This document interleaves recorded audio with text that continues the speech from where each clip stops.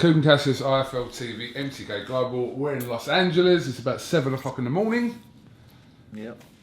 Joined by Billy Joe Saunders, who's set to make his... 7:30, 7:29 in the morning. All right, mate. Particular round times. Okay. How are you, Bill? I'm good, mate, yeah? How's Los Angeles treating you? Yeah, it's good, mate, it's good. Downtown LA, expecting a bit more, really. Hearing all this, What was you expecting? Well, it's like living on a gypsy camp again, you know? It's like... it's like living on the old pikey camp, mate, isn't it? Yeah. You're allowed to say that, apparently. You're allowed to say that? I can say what I want. Fair enough. So we got a if someone else freedom says of that speech. Okay, if someone else said it to you, you'd find it very offensive, but you can refer to yourself or... Would I find it offensive? I've been called a lot worse. Yeah. I suppose you have as well. I was called something worse by you this morning, but we won't go there. Nonce, was it? No. But LA, how long have you been here? I've been here 2 days now. Okay. I would have thought you would have come out a bit earlier. The plan was, mate, the plan was get here a bit earlier. We was meant to come a couple of weeks beforehand, 3 weeks beforehand, but look, you got to play the hand you're dealt. We're here now, done. So we've got a job to do, and that's the main focus. Fair enough. Before we come on to your fight this weekend, did you watch Canelo and Kovalev from the weekend? KUGAN, I didn't, mate. No. Have you seen any highlights? Have you seen I've seen the stoppage. Yeah, I've seen the stoppage. I didn't watch it. I like Canelo. I like his style, I like the way he fights. I used to like Kovalev. I say I used to like him, like when he was in his prime a bit more. But I think it's just what takes a boxing away. Now, look, all these weight clauses he's had on him and stuff like that. It's an unfair advantage. If it was a 50-50, what I'm hearing that it was a bit level on points. Am I hearing that right? People had their kind of opinion about who was up. Some people had Canelo up. Some people had Kovalev up. So it was a close fight. Up until the stoppage. Yeah, it was. Listen, you can't take the stoppage away. So whether it was a down, he still pulled it out the bag to win. So you've got to take it out off to him, and he's a good fighter. Is there any particular reason, considering Canelo is a very possible opponent for you next year, that you wouldn't have watched that fight as it was going on, or after, or whatever? Or is it how you are in camp? No, it's not. Look, there's been talks about like my promoter HEARN, MTK, my management. They both mentioned about that fight for like May. So look, my main concern is Saturday night. Can't overlook my next opponent, so I've got to make sure that I get the job done in fashion and proper. So I haven't really took notice of any other fighter because I've got a fighter in front of me, and we've seen like with the AJ situation, stuff can really fuck you up, can it, if you take you off the ball? So that's the only reason why I'm not. How much do you know about your opponent, Kokores, this week? Undefeated. Look, I never ever KUGAN look at opponents. Never look at them. Don't study them. I look at them, are they a come forward fighter, they're a back foot fighter. I'll see 30 seconds of him. He likes to hold the centre of the ring a bit. So we'll see. I don't really watch him. He's unbeaten, 28.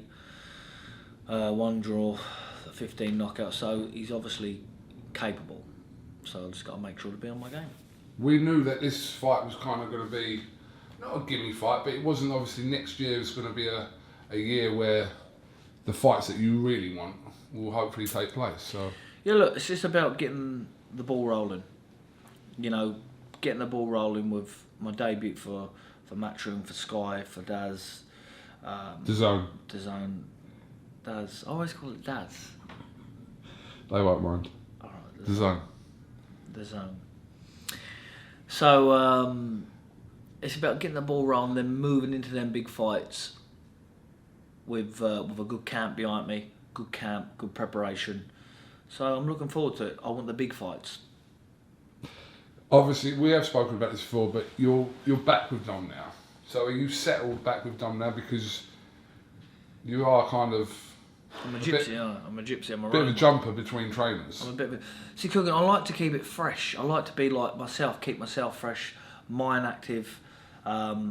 Like I say, it's where you got to train and go where you're happy. You might be with the best coach or the best trainer or the best looking woman in the world, but if you're not happy, then you just here, there, and like until you find a bit of happiness, innit? I find happiness fucking down a local fucking chip shop, but it's just one of them where I've always got a good worker relationship with Ben. Like me and Ben, we got on well for mates. He's a brilliant trainer, he's a good trainer, but you know he's got Tyson Fury. Tyson's got dates in America. I had dates here, so I started camp there, and I ended up finishing up in Sheffield. So look, I'm happy there. I'm happy Sheffield. Everything's gone well, and you know you can only take it day by day.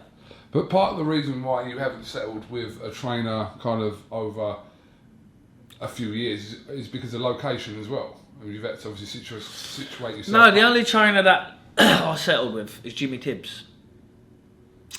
And like if Jimmy, let me tell you one thing: if Jimmy was everybody else's age now, around their age, that'd be just me and Mr. Tibbs. You would have seen in your career. 100%, yeah. You know, but look, with Jimmy, he didn't only just, you know, he didn't only just take me in the corner. It was more of a, he give everything, like sort of thing. He really put everything into me, like out of the ring. He'll give you talks. He'll be talking to you in the ring and in camp. He'll always talk you through it, and he'll always know a good solution. He actually talked me through fights to win them before when I wasn't in best shape for my weight and stuff. Do you miss that relationship with Jimmy? I know I'd never have another trainer-fighter relationship in my whole career, no matter if I go on for another 10 years, me and Jimmy was, because it was very, when I first went in the gym, like I was training with Jimmy Tibbs, fucking this excitement and fucking, it was a joke. And he's a very, very knowledgeable man. And working with his son Mark as well, he's a very, very good trainer as well. You've not really spoken about this before, like about with Jimmy, but it must have been difficult to kind of part ways with Jimmy when you did then. Me and Jimmy, it was very, very difficult. But sometimes in boxing, like you got to make some selfish decisions, and sometimes they're wrong, sometimes they're right. At the time, I was getting thrown from pillar to the post for fights. This might happen, that might, was everywhere, and you know, like I say, it was a very hard decision to make for that. Very hard, because I'd never got beat, but it was just a hard decision to make. But look, like I say, if Jimmy had youth on his side, I've never left Jimmy Tibbs, definitely not. How many years have you got left? As long as I want. How many punches have you seen me take in a fight? Very minimal. Roughly. Good punch, we go, four. No, I don't know. Roughest, when you like where you think damaging shots, bam, oof. That last fella caught you a couple of times. All right, a couple of times. Shifat-Asufi. So if you can only say that last fella caught me a couple of times, that's the only thing you can remember in my whole career. That couple of times, then you know, as Jimmy would say, if you don't get hit, you can't get beat. And I think that with me, KUGAN, it's not about, and I've said this before, it's not about money anymore. It's not about it's about, I want to show that I am the best. That's the only thing, because I just want to show that, look, I am, everything that happened to me in 2018, loads of people have thought, fucking hell, bad year, fucking, and it affected them and probably wouldn't have got the ball rolling within 18 months. But I thought to myself, right, brush yourself down, get back up. Within 8 months again, I was world champion. So I'm here to show the world and the zone and everybody else what I can do. That's what I'm here to do. Are you going to see it Saturday night? I don't know. But I know, put me in one of them big fights with the Canelos or Golovkin. But mainly Canelo, not for because, alright, the money comes with it, but to show I can beat him. After kind of everything that was going on around the time you were meant to fight on Andrade, there was people actually close to you that believed that you weren't going to fight again. Maybe so. But, and realistically, I probably could have went, and I did think about it, like, listen, I'm alright. I'm not the richest man in the world, but I'm alright now. Fucking, you know, I'm happy in my life. Well, I'm happy in my life away from boxing. I can walk away now if I want to. But there's always that doubt. Like I've seen it before, like with my brother and stuff like that. You know, wondering, oh could have done that. And I don't want to be one of them, could have beat him. Sat back in a chair as an old man, or telling my kids, could have beat him. I want to go, well, look, yeah, I did do it. I beat him. Or, look, I tried, but I wasn't good enough. I want to be one of them. So I've still got a lot left in me. I'm only 30. Still got a lot left in me. No punishment in my career. You know, been in some good fights, big fights, world-class opponents, and come out unscathed. So I think I've got, look, if I want to, realistically, I've got another good 3 years in me. You're still undefeated, you're a 2-weight world champion, but I think it's safe to say that we still don't know exactly how good you are. Yeah, or... Listen, is that fair to say? I know, Kugan, that people go, oh yeah, look, they're going to go straight away, Billy Joe's best performance, David Lemieux. But I know, walking to that ring, as I was walking to that ring, I was thinking to myself, this ain't Golovkin. I was thinking that as I was walking to the ring. This still ain't Golovkin, so I know there's a lot more to give. But, see, the difference is, Kugan, when you're a tricky southpaw, you know, hard to nail down, it's very hard to get them big fights to see how good you are. So, look, I'm never going to look like Mike Tyson. But what I've got is a very good boxing brain. You know, a very good boxing brain, that people need to look at that side of the boxing. I've got a very good boxing brain, and I think that on my night I can beat them all. You mentioned a little while ago there Tyson Fury. He was in the wrestling the other day. Did you watch any of it? Do you know what? I see the highlights, yeah. I see it. I spoke to him about 5 minutes when he got out of the ring. Look, you've got to take that after Tyson. He's a performer, he's a character, he's a comedian, he's it all. You know, he's a fighter. And where he's come from, down in the dumps to where he's at now, people have to respect that. You know, I see it was probably me and, you know, his family would have probably seen him like when he came over to Spain. Like, to see where he was to where he's at now. And the conversations we had there than what we'll have now. It's different. So you've got to really take it after someone like him. You know, he's got a good family around him, good trainer in Ben Davison, people's guiding him right, good management, MTK. He's done very, very well. Was he as low and as down as he's spoken about? Because it is kind of put out there that he was... KUGAN. Me and Ben, when he came here, I think he was upstairs, he must have been on the phone to his missus. Me and Ben was downstairs and Ben went, fucking hell, he's off his head, isn't he? We've got to watch him. Like enough to say, Ben really thought like he could have went and commit suicide, and he probably could have. But it's only where like I've known him for years, and like we'll have a conversation, like liven yourself up, like fucking hell, look what you've done in boxing, liven yourself up. You're going to be here soon. You're going to be doing that. And he talked about all the things he was going to do, and he's done it. Like he was very low, very low. So from that point, if I could read, I'd buy his book. Okay, you can read though. Bits. You can read a check. Counter check. It's just numbers, isn't it? I don't see many loco, so I'm on the bread line at the minute, mate. I've heard. I'm on the bread I've heard. Can't even feel the gas bottle up, can you? At the minute, we really, really need a cash injection somewhere because they're going to have a bad Christmas. They're going to be living off the land.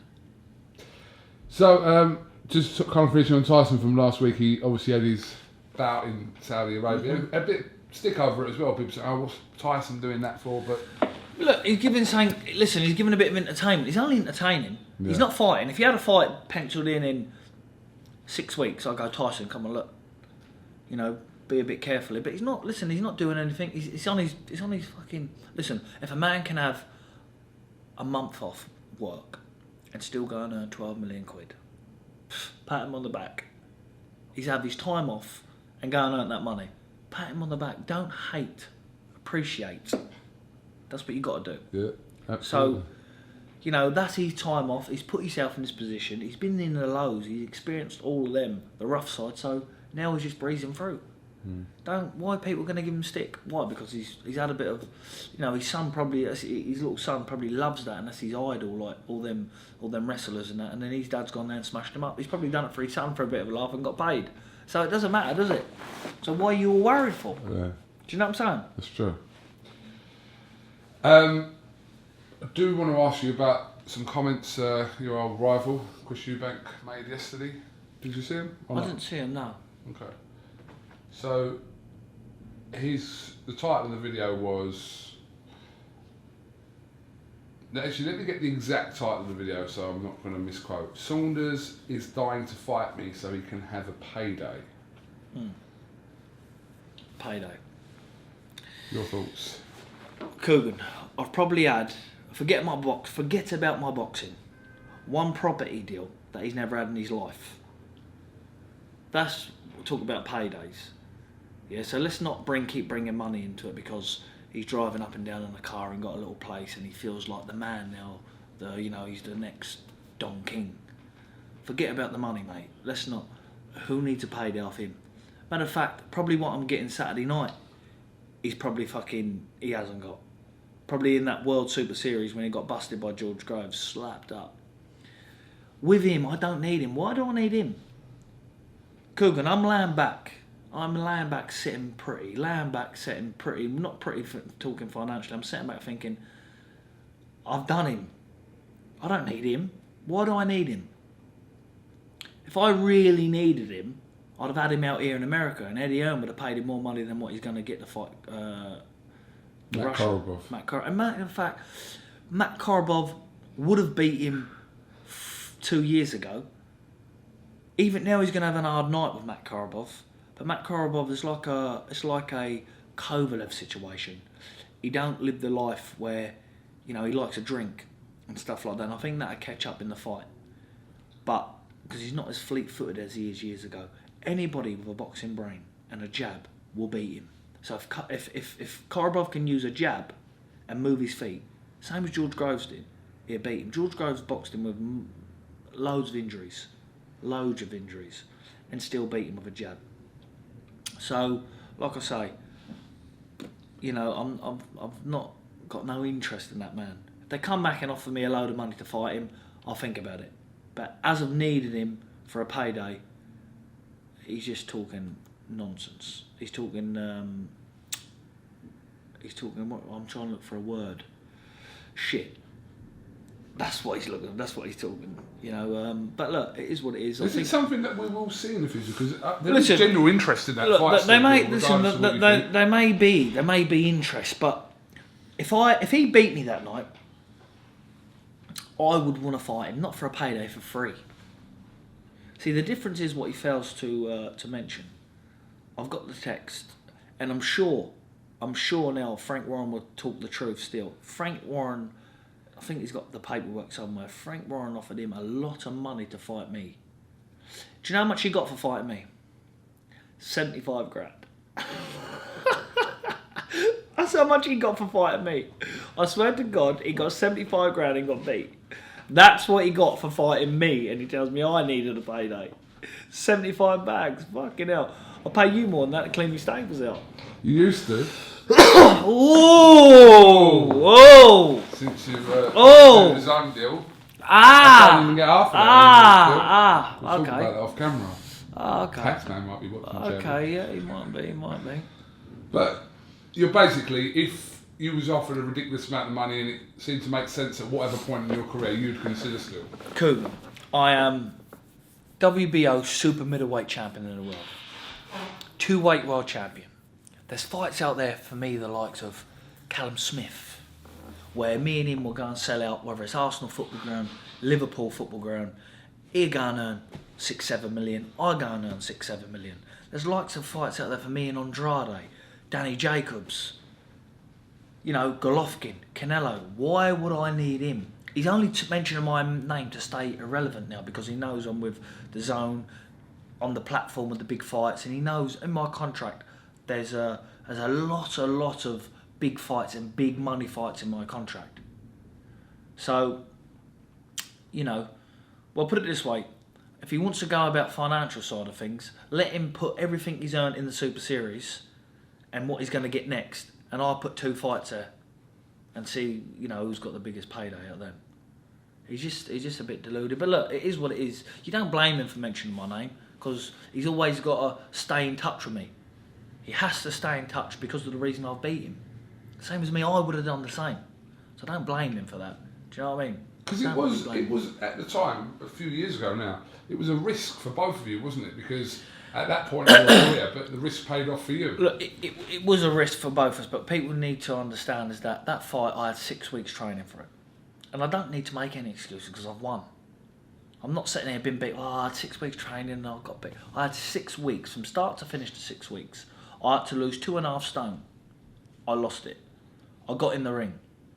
For the first 6 rounds, it was a no contest, and it's only where anybody knows, especially myself now working with like nutrition side of things, with Greg and other things, that making the weight and doing the conditioning, that is 75% to 80% of anybody's performance.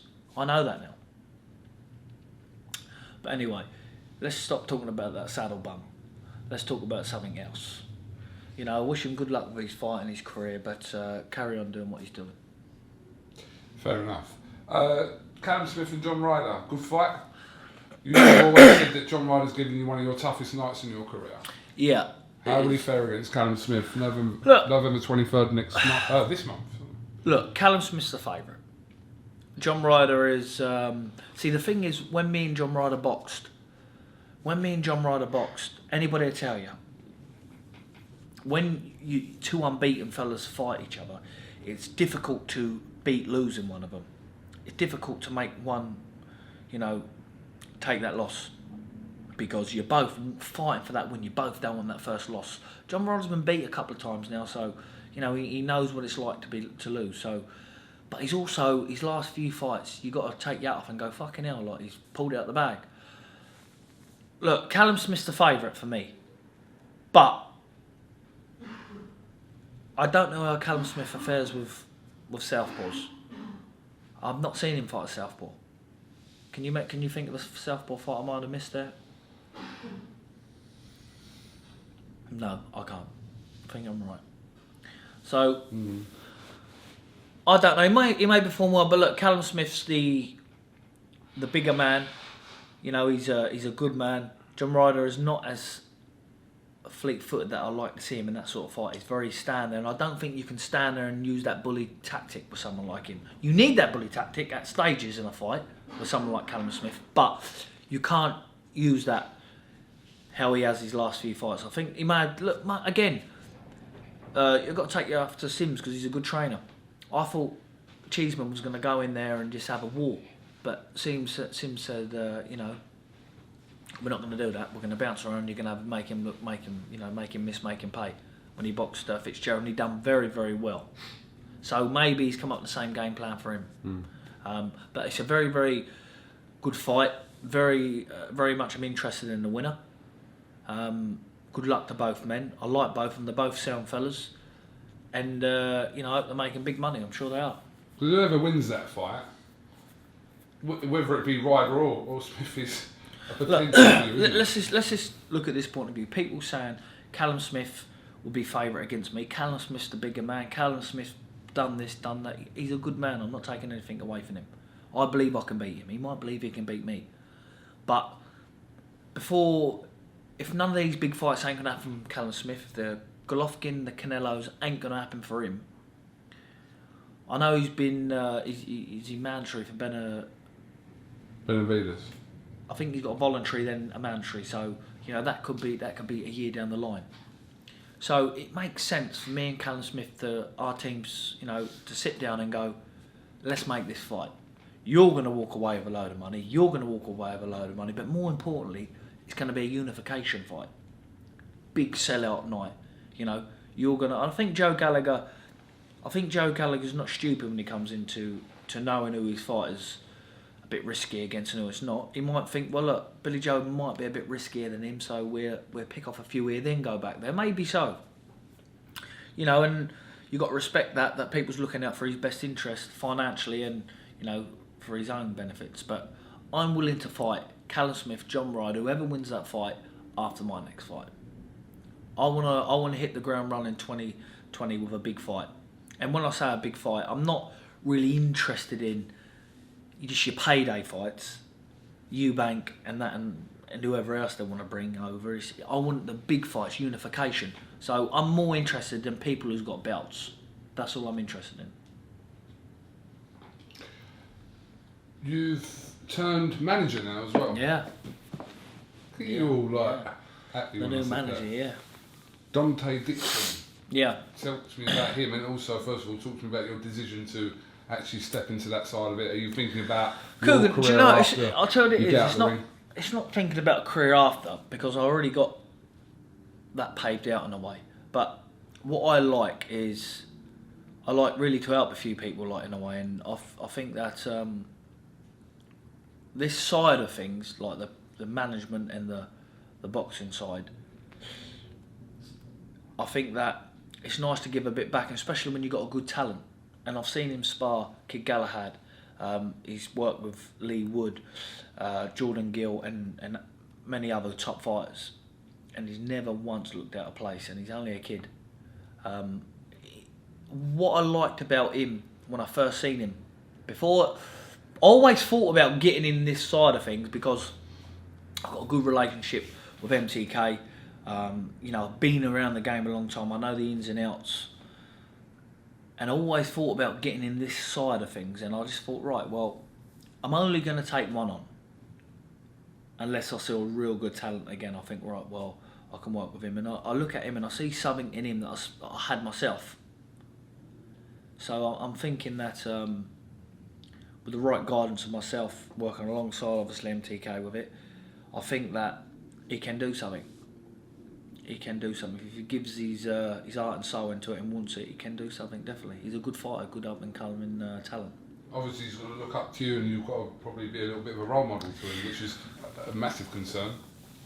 Thanks.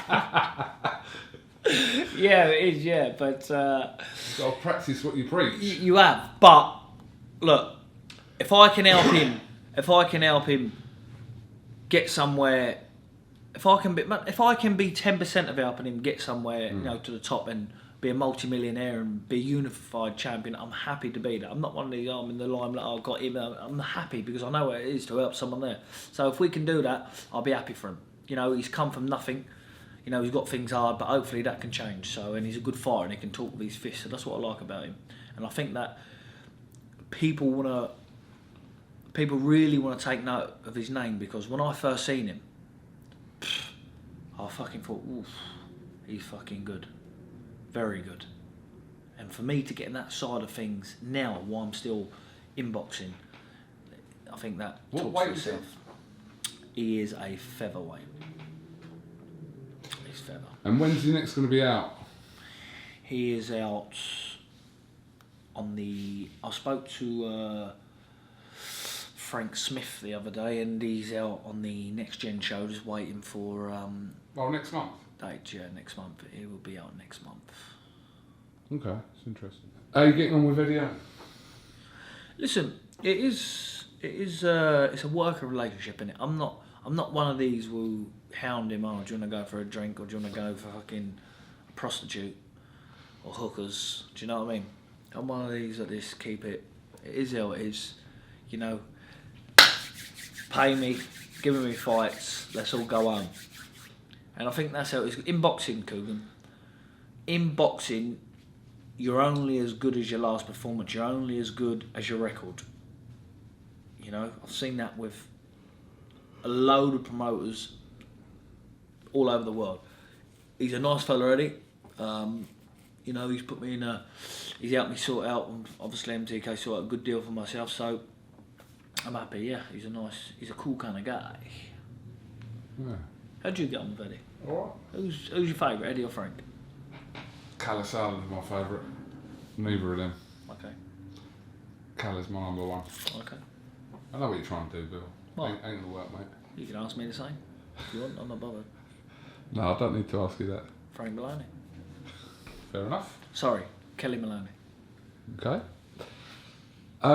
What is your thoughts on KSI and Logan Paul? Actually, the fight, not the fact that it's happening, because it is happening, but the fight. Have you seen enough of them kind of in that first fight to... I've never watched it.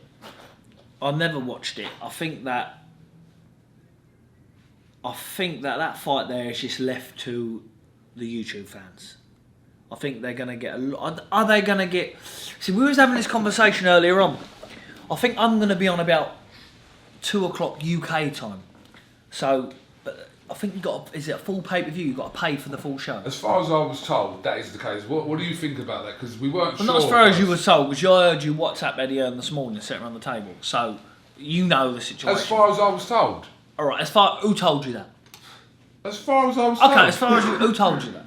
I'm not grass, am I? No, it's not grass. People need to know because I'll listen, tell you, Adam Smith said it in an interview, which is about to yeah, and you spoke. I heard you chatting earlier on to someone on the phone. Who were you chatting to? Just speak the truth. It's an interview. Just talk. Don't talk shit. Who were you chatting to? That's what Eddie Hearn told me. All right. So Eddie, right. So it is. You got to pay. Which you for it. knew anyway. So I don't know what this is about. Yes, you did because I told you earlier on. KUGAN, do you know what I said to you? Yeah. You went that thieving bastard. Yeah. Listen to me. Yeah. I kid you not.